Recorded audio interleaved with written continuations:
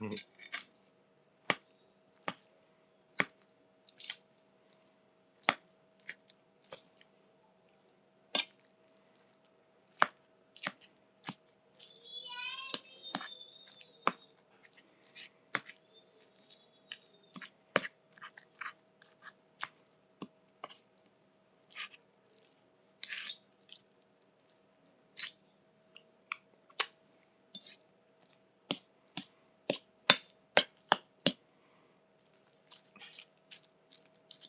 Mm.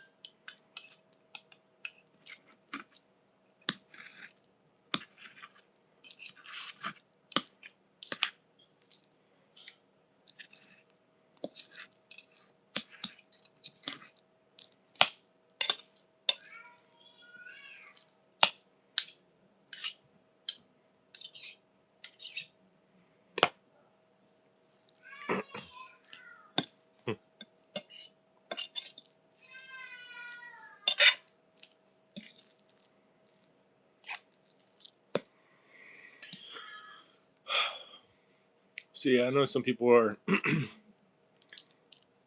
maybe a bit averse to mixing their food together, or sometimes even having it touch. But that's never bothered me. A lot of times I just stir it all up into a kind of mush. It's all going to the same place anyway, so.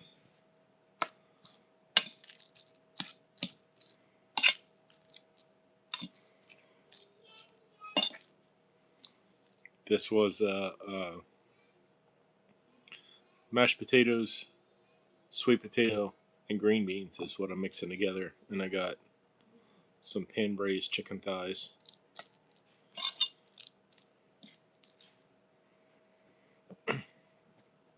I don't uh, I don't get rid of the skins in my sweet potatoes. I just cut it up and eat it too. There's lots of nutrients and fiber in it.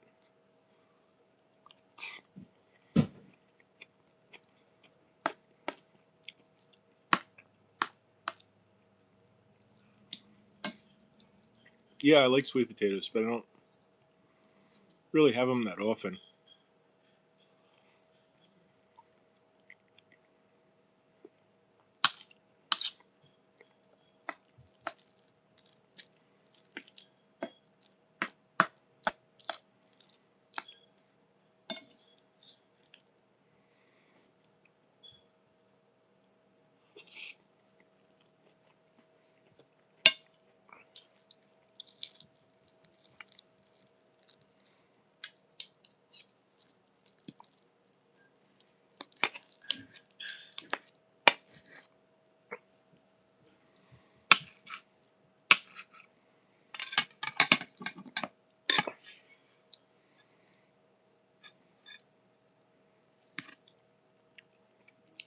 My mom made this. She was a really good cook.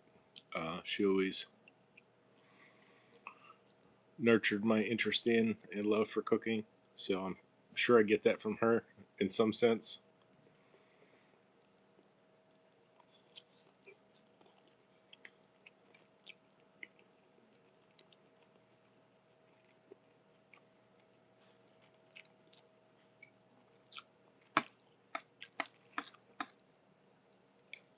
She's maybe a bit more traditional with ingredients and approaches, and I'm more experimental and kind of freeform and just kind of make it up as I go rather than following recipes. But she does enjoy the stuff that I make.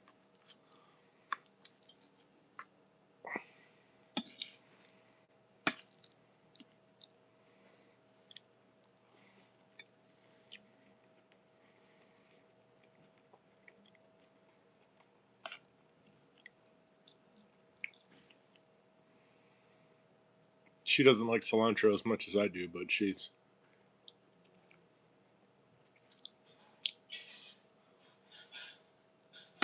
likes it better than she used to. It's growing on her, but I put it in almost everything.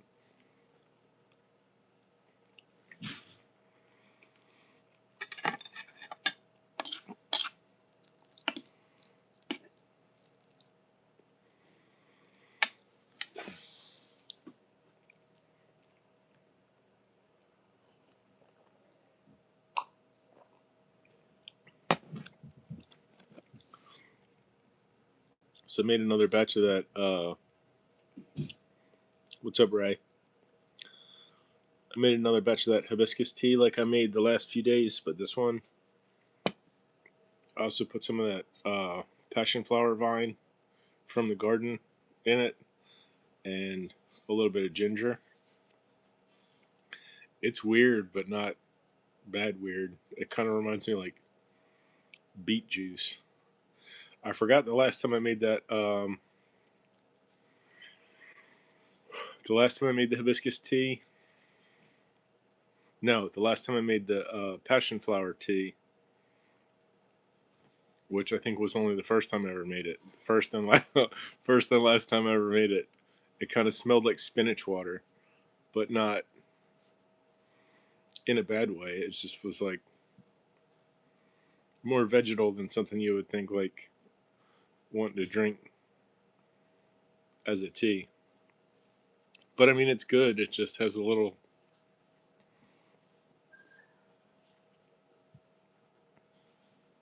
different kind of taste.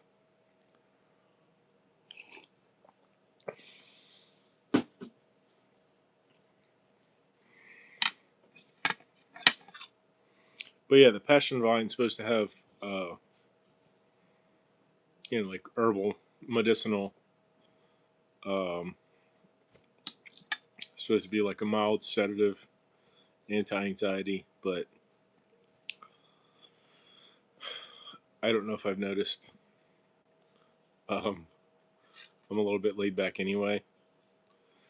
In some cases, in some other cases, I'm a little bit high strung, I guess. But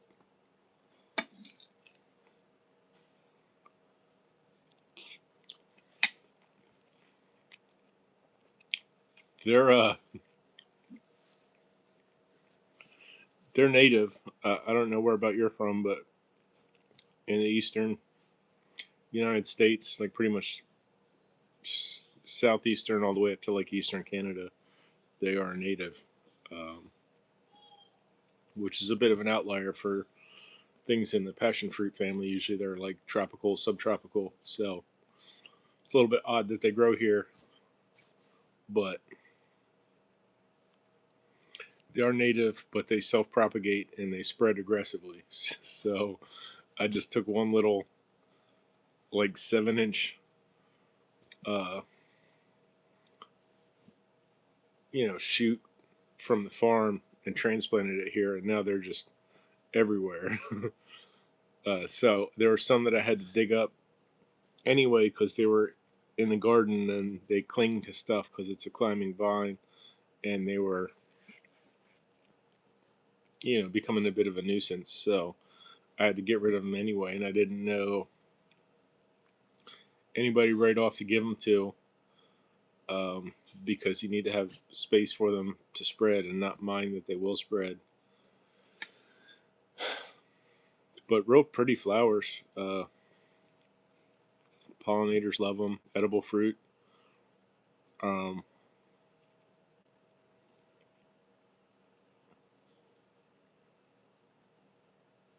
But yeah, I like foraging and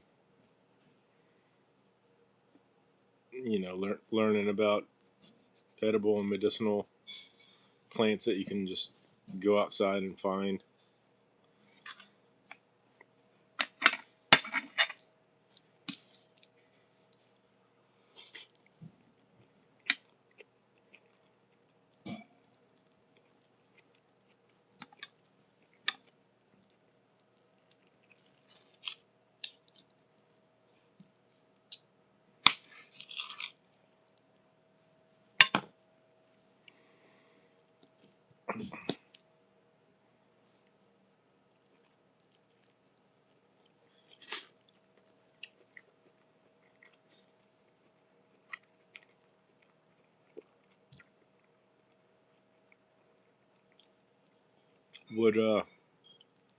What region are you in?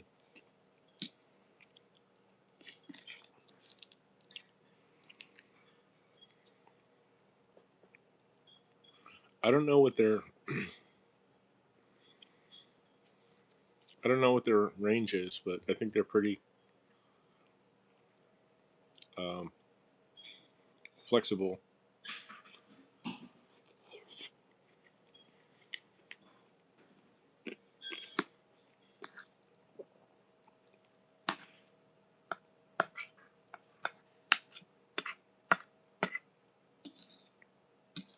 Oh yeah, that should be no problem. That's part of their native range. Um,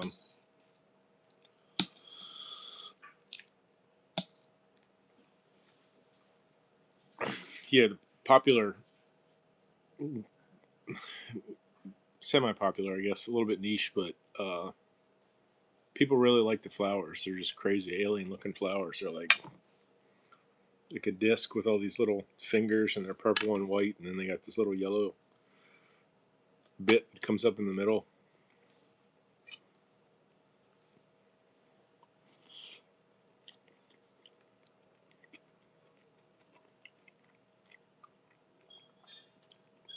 And then they get these green fruits that are like the size and shape and color of a lime that ripen pretty late, like maybe November or so.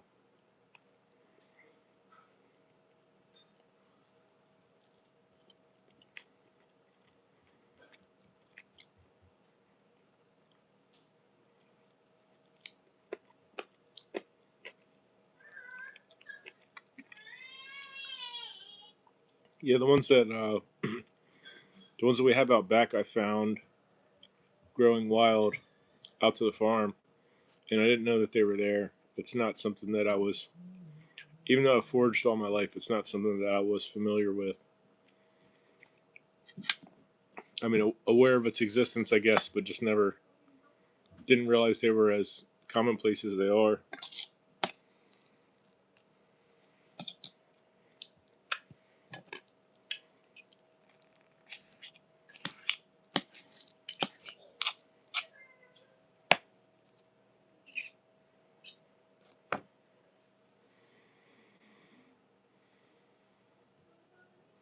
Oh yeah.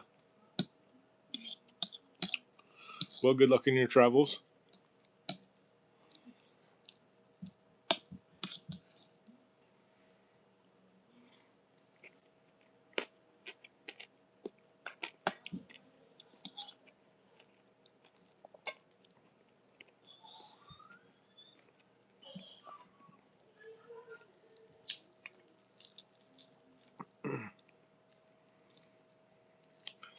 I'm a bit of a homebody. Like, I'm not opposed to the idea of traveling, but maybe a bit anxious about the logistics of getting somewhere, like traffic and airports or whatever is involved in that is like not for me. And I really like it where I live. It's like I enjoy the seasons, and there's not really like venomous snakes and things like you might find in a lot of other places, or not in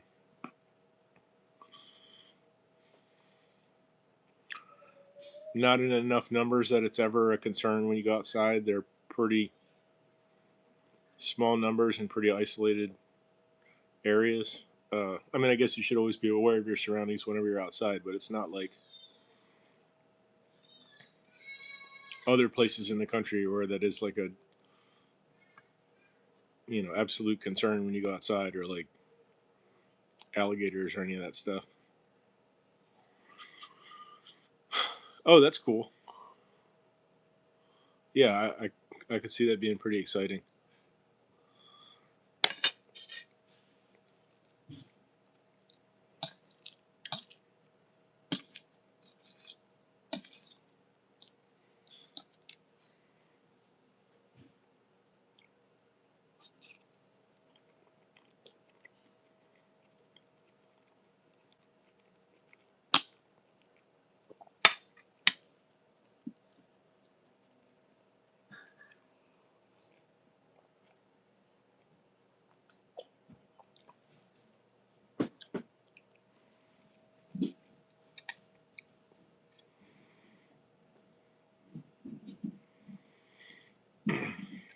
Oh, he's good. I'm sure you could probably hear him. um,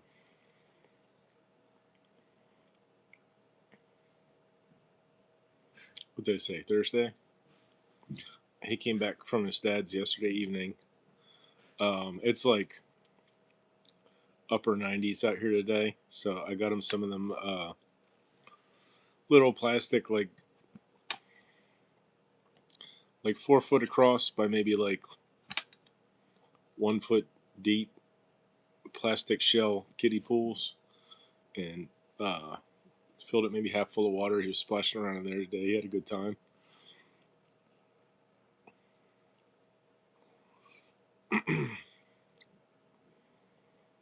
Yeah, he's so stinking cute. Like when I pick him up, he likes to like pinch my beard, but he doesn't like tug on it or anything. He just kind of like very gently pinches it. But whenever I trim it, it's too short for him to do that. So he'll like reach for it, but he can't grab onto it.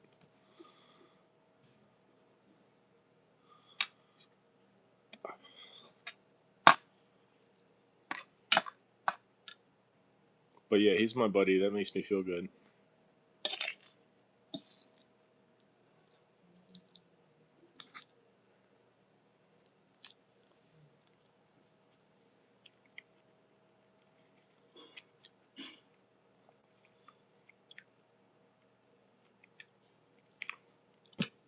You too.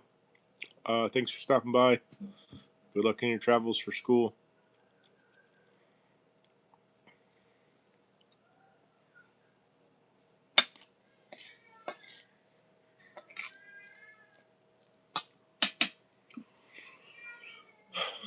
But yeah, I guess that's about it for me. If you stop by, thanks for stopping by. If not, maybe we'll catch you next time. Have a good one.